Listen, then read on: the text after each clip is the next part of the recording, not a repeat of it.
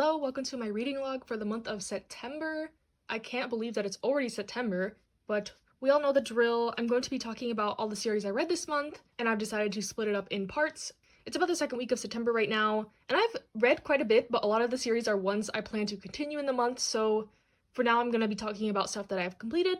So the first thing I completed is very random, so the picture won't show up on here for some reason, but I did read all of Inside Mari by Shuzo Oshimi. And granted, this is the first work I've ever read by Shuzo Oshimi, and I don't even know how to begin to describe what the series was about, but I will tell you that I enjoyed it.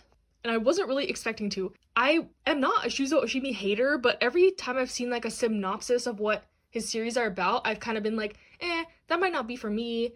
And I know that people have said that The Flowers of Evil is like the one to start with, but Inside Mari's on the Crunchyroll app, which I already have a subscription to, so I was like, okay, I'm gonna read this. After seeing Tony's Manga's video about her short series that she recommended, I was like, I'm finally gonna give this a shot.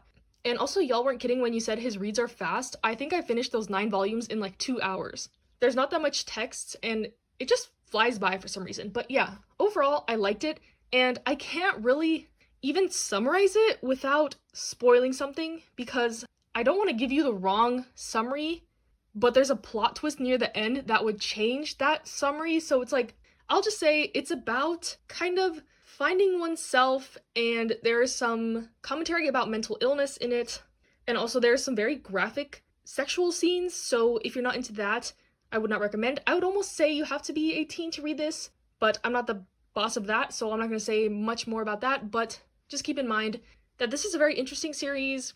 There are some very uncomfortable topics, and the twist at the end makes some parts more uncomfortable, but some parts less uncomfortable. I would recommend this, I think, if you like some exploration into things such as gender and identity and just troubled home life, expectations put onto people and living up to those expectations, and that's about it. But yeah, this got me pretty interested in reading more of Shuzo Oshimi's works. I think I'm gonna try The Flowers of Evil next, but I'm also hesitant to like physically buy them because of how quick a read are. Like, I'm guessing that if I buy something like Blood on the Tracks, I'll get through a volume in like 15 minutes. So if his works ever get put onto a digital platform legally, like Inside Mari, I'd be more willing to read them. So yeah, we'll see. Stay tuned on my Shuzo Oshimi adventure that I never thought would begin, because so far it's been enjoyable. Okay, next, something from a mangaka that I am very familiar with and I like already. I know this. Made in Railways by Asumiko Nakamura. This is a one-shot, and it is a collection of short stories about couples at this train station. And each little story is pretty cute. I liked most of them. There is one between an adult and a high school student, which I was like, why? It always puzzles me what mangakas and authors are thinking about when they write situations involving these characters. Like, do they think they're morally okay? Are they just writing this to explore stuff through fiction? I have no idea. But other than that one, I enjoyed this one. It's not my favorite thing ever. I would give it like a 7 out of 10. I just love Asumiko Nakamura's art. It's so gorgeous. And this edition by Denpa is pretty nice. There's some color pages in there, but I love the art. I can look at her art style all day. Like, even if the story's crap, just looking at the art, I love it. It's kind of the same with Natsume Ono. Like, even if I dislike the story, I might like it more just because of the art and getting to look at pretty art. But yeah, this edition is really nice. I really like it. I don't know if I would necessarily recommend this, but it was a quick, fun read. And I was like kind of struggling to get into manga recently because I've been so busy. I haven't wanted to get invested in a series, so I was looking at what like one-shots I had, and this was one of them. So yeah, I'm really glad I read this. Not my favorite work by her, but I kind of want to have all her works in my collection, so next I need to get Utsubora, and I think I'll be caught up unless I decide to get some of her anthologies that are printed in Spanish. And then lastly for this segment, I'm going to talk about Beast Complex Volume 1. So this is the work that Paro Itagaki did before Beastars and then continued after Beastars. I think there's about 3 volumes of this, but it was interesting to see how she came up with the concept of Beastars, because this kind of gives you an insight into the world as a whole. This is like Made in Railways, a collection of short stories between couples of different species, but not all romantically. There's lots of platonic relationships, friendships between 2 characters, and navigating this world that they live in. It's really cool. I really liked it. Actually, I think in the end notes she mentioned that the last like 3 stories in this were written after Beastars.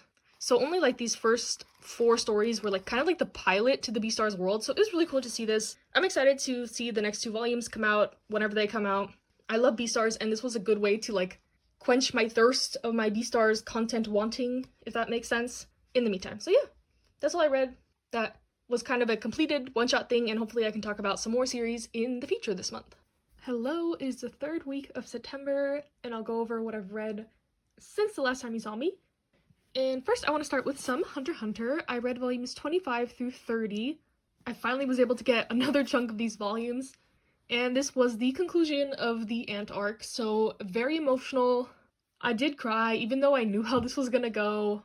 The art was gorgeous at the most impactful scenes. I really appreciated it, and I'm excited to keep going because this is like the start of the election arc, and then after that I have not read the series. I have not experienced any of it. I know the gist of what happens, but I haven't like physically read it myself, and I'm really excited to get into it whenever I can get my hands on more of the volumes. I have ordered all of them / pre-ordered, but I think volume 33 doesn't come out until January in the reprint, so it'll be a while until I can finish this, but I'm really excited I got to read more this month, and I love it just as much as I love the anime. I'm not surprised that I do, but yeah, highly recommend Hunter x Hunter. And then next, something I just read volume 1 of, Donuts Under a Crescent Moon. This is a adult girls love series that you all have recommended me a lot, so I decided to give it a try, and I really like this. This was pretty much everything I'm looking for in an adult romance story. It is basically about a woman who tries really hard to get a boyfriend. Like, she does her hair, she does her clothes. She's not the best at her job, but she's trying, and she's confused why. First of all, she can't get a boyfriend, but it's more of her own choice. Like, she goes on dates and then she realizes, like, I don't like this guy. Why don't I like him? Like, he's technically the perfect guy, but it's just not clicking. There's no feelings. There's no chemistry. But the one person that she does feel this kind of butterflies in her stomach blushing is with her female coworker. So she still hasn't really figured out what's going on there. And this is a very slow start, which is appreciative, because I feel like in a lot of LGBT plus manga, stuff is rushed into so fast. Like, they're kissing in the first chapter, so I really appreciate that this is more of a slow go. I like the characters, and I like that they're taking the angle with this character more that she needs to figure out how to love herself, because she is very down on herself, and she thinks that the only way people will like her is if she dresses up nice, or does her makeup, or does her hair, and she doesn't show the real her. So I think that is an interesting angle, and I'm really excited to read more of this. I know there's another volume, but I don't know if that's the end or if it's continuing, because I couldn't find any information about a volume 3 coming out, so we'll see. But I like this so far. And then another volume 1, Skip and Loafer, that I picked up. Now this one I loved, but it will not be for everyone. I saw a lot of people have mixed reactions to this, and I know why. You have to like a specific type of romance manga, and I found that I like this kind of romance manga. It's comedy centered, and like the characters don't take themselves too seriously. I don't like high school romance that is all like trying to have this epic romance and there's drama and there's love triangles and all that junk. Like, I feel like a high school adolescence romance should be more about friendship and like trying to pass your classes and stuff that normal high school people go with, unless I didn't have a normal experience because I didn't have an epic romance in high school. But to me, this is much more relatable and real and just funny. This story is about a girl who moves to Tokyo, to the city from the countryside, and she's very smart academically, which is why she got into this school, but she's not as adept at navigating kind of more social situations. Since she grew up in a small town, she knew everyone since birth. Like, they're all friends, even if they like don't necessarily like each other, they have to put up with each other. Everyone's kind of just been set up in relationships. But when she moves to this new town, she doesn't understand that, like, not everyone is just gonna be her friend automatically. And she's not gonna just fit right in like she did at her old place, due to the smallness of the school and people being very close-knit their whole lives. So yeah, there's no, like, romance so far. There is a romantic interest, and he is so... Like, the moment I saw his character, I was like, I like this kind of male character. Like, in my head, I was, like, describing him as kind of like a himbo character, if you know what that is. And it literally said it in the volumes. One of the other characters calls him that, and I'm like, Seven Seas read my mind. I'm not sure if that's how the translation is in Japanese, or if they just, like, localized it like that, but it was super funny. I was like, yes, they know. He's just, like, a really nice, kind of clueless, ditzy guy. But you see glimpses of stuff in his past that prompt more of a deep story for him, so I'm really excited for that. I really liked it. Like I said, it's kind of just her making friends in the beginning, trying to settle her place in this new school, new environment. When I was looking this up on my anime list, it did say that this was a seinen romance, which I don't think I've read any seinen romance now that I think about it, but I'm really excited to get into this with more volumes. But like I said, this is not for everyone. I know a lot of people didn't like it because they thought it was like too slow paced, and like, yeah, there was no romance in this first volume. It was just a slice of life story about this girl. And if you don't like the main character, I don't think you're gonna like this series, because I think the main focus will be her finding her place in this new environment, and the romance will be kind of on the back burner. So if you want more of like a typical shoujo manga, you will not find this in here. Just warning you, but I thought it was really good and lovely, and I loved it. Like, I couldn't get enough. I was reading and reading, and I was like, oh, I don't want this to end. Like, what the heck is happening? I don't think I've ever been like so engrossed in the first volume of something in a while. So I'm really happy I picked this up on a whim, and I'm excited to read more. And then the last single volume I read in this portion was volume 5 of My Senpai is Annoying. And admittedly, this one is getting a little tiny bit stale. I think I'm going to give it one more volume, try to see how I like it. I did put this on an honorable mention in my favorite ongoing manga because it had a really strong start, but it is starting to get a little bit repetitive. No development with the romance. It's more of just like a one chapter is a different funny situation, and I think the funniness is getting kind of old. Like, I'm not laughing really at anything anymore, whereas I found it more charming in the beginning. So, like I said, I'm gonna give this one more volume and see how I like it. I love the characters, but like I said, the situations are getting repetitive. It's not very funny, and I would like there to be more development with the characters in the romance, even though I know that's not the main focus of this. But also the anime is coming out for this soon, so I'll definitely be watching that, and maybe that'll like rekindle my love for the series, but we'll see. And then something I did not expect to like as much as I did, I read volumes 1 through 3 of Toilet Bound Hanako-kun. I would have read more, but I can't find volume 4. I had to essentially pre-order it, but I do have the rest of the volumes after that, so I can binge it when I get volume 4. But this series was great. Like, honestly, I did not expect to like it as much as I did. I have not seen the anime, but I have seen like panels of it and images, and the art is gorgeous. I thought I was just gonna go into this and be like, oh yeah, the art is gorgeous, but the story's whatever. But the story was also good. As someone who doesn't like fantasy manga, this was so cute. I felt myself connected to the main character already of Hanako. Like, when they explained part of his backstory, like, I legit cried, even though I had only known this character for not that many chapters. But there is a lot of potential for this series, in my opinion. It can go a lot of ways. Right now, it is still more lighthearted, but you see glimpses of some more darker aspects that could be more prevalent in the future. So either way, I think I will like this. And like I said, the art is gorgeous. I really enjoy it. And the characters are also cute and adorable. And I'm excited to read more. I'm really glad that I like this. Like, I knew it was super popular.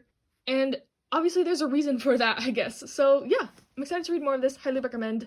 From at least the first 3 volumes, I really enjoyed this. But something I did know that I would like is Beastars volumes 13 and 14. Now, we all know I love Beastars, but this reading segment in particular has been a little bittersweet because even though I do love this series, I know that I'm gonna have to wait another 2 months for a volume to come out after I read one, so I've been trying to like savor it, but I also really want Viz to just publish the rest immediately. But I know we are lucky to be getting a volume every 2 months, so I can't really complain. But this is one of the only series that I'm really tempted to read scans for or switch over to the Spanish print because they are ahead, but they are expensive to import to the US, so that's why I've been sticking with these. But that aside, we're still continuing from sort of a turning point in the series after Legoshi drops out of high school. I know that's a spoiler, but I won't say much else about that aspect of the story. But I do like most of the characters that are introduced. All of his neighbors are really cool, especially the seal. I think it's nice to introduce him as a way for Legoshi to be exposed to different cultures, which is a little bit cliche. It's like if people in our world are experiencing different cultures, but I don't mind that in this story. I think it's still cool.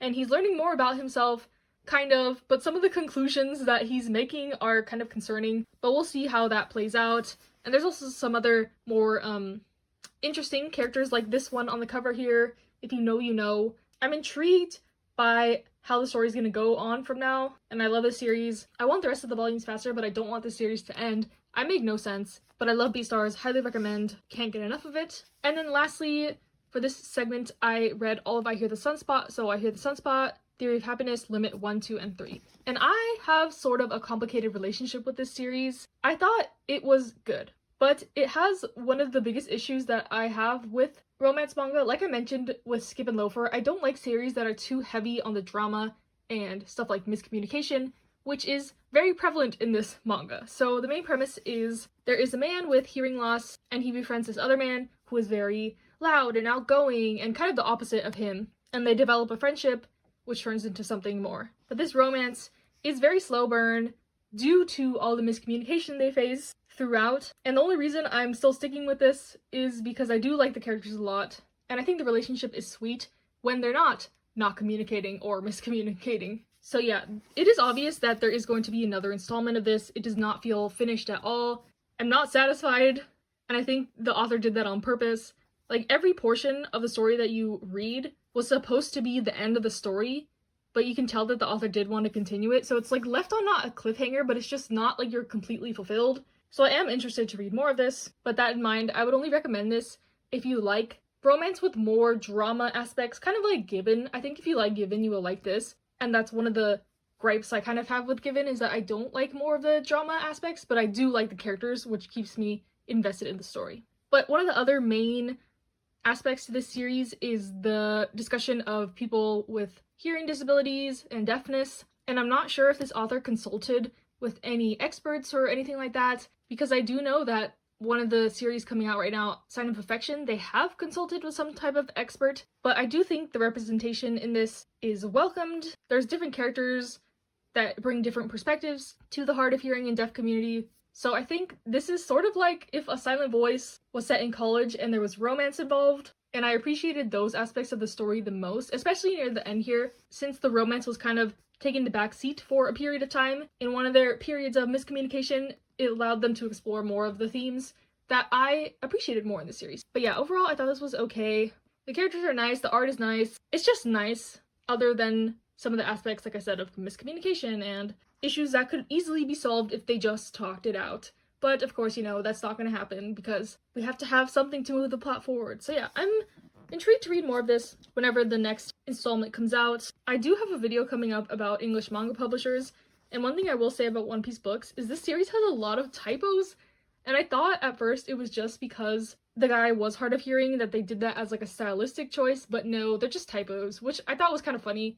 Doesn't hinder your reading experience, but it just like catches you off guard sometimes if you notice. So yeah, I'll see you in the next week's segment. Hi everyone, it's the last week of September and I'll go over what I read. First, I finally started Full Metal Alchemist. I know y'all have been telling me to, but I read technically the first 3 volumes and so far I'm liking it. I don't have a concrete opinion because I feel like we're still kind of setting up the world and the power system and what's going on, but I will be continuing it. I didn't dislike anything, but I'm not like in love with it yet. So I don't have much to say about it, but I like the characters, I like the setting, seems cool, and I'm excited to find out more. And then something I've been binging the past couple days is I did reread volumes 1 through 21 of My Hero Academia. I finally got most of the volumes in physical, so I decided this was a good time for a reread. The only one I had to read on Shonen Jump was volume 9. But yeah, I had been keeping up with the anime and keeping up with the weeklies when the chapters came out, but where the anime is right now, or season 5, that part is my least favorite part of the whole series. So I was watching it and I was like, why did I initially really like this series? So I went back to the beginning and I was like, oh yeah, this is why I really liked it. The first like 3 or 4 arcs are all just like action, action, low-key depressing. I forgot how dark this was at times, but it reminded me of why I love the series so much. And then now I'm kind of at the part that I don't really like that much. The whole Endeavor redemption arc, the school festival, the like battles they have with Class B in class, all those parts are kind of so I'm trying to power through. I don't like to force myself to read stuff most of the time, but I know the good stuff that is coming, so I'm just gonna push through and get through the rest of this. But it was really fun to relive this series. Every day after work I was like, oh yes, I get to reread a bunch of My Hero volumes, and that's what I've been doing for the past like week. So yeah, really glad to experience in the physical form. I had only ever read this digitally, so it's pretty cool to see the art on the pages and stuff like that. But yeah, I'm excited to keep rereading and then catch up to where it's going on the weeklies. I think these volumes are coming out pretty slow though. I think I saw the next volumes coming out in like March next year. So if you don't want to wait, definitely just read it on the Shonen Jump app. You won't be disappointed with what's currently going on. So yeah, that is what I read for the month. A bunch of random stuff, a big chunk of My Hero, and I think overall this was a pretty successful reading month. I'm not sure how many volumes I can put it right here, but yeah, thank you for watching. Hope you enjoyed. Stay safe, stay healthy, and I'll see you next month. with who knows what I'm gonna read, because I don't make a plan. I kind of just stare at my bookcase and pick something that speaks to me that day, and that's what I'm reading. So yeah, when people ask, when are you gonna read this? When are you gonna finish Bloom and 2? When are you gonna finish blah, blah, blah, blah? I don't know. So yeah, I like it this way because it's more of a surprise. I mean, I'll probably catch up with My Hero in entirety, and there's a couple other series that have been on my TBR that hopefully I'll have the inspiration to read. So yeah, that is all. Goodbye, and I'll see you next time.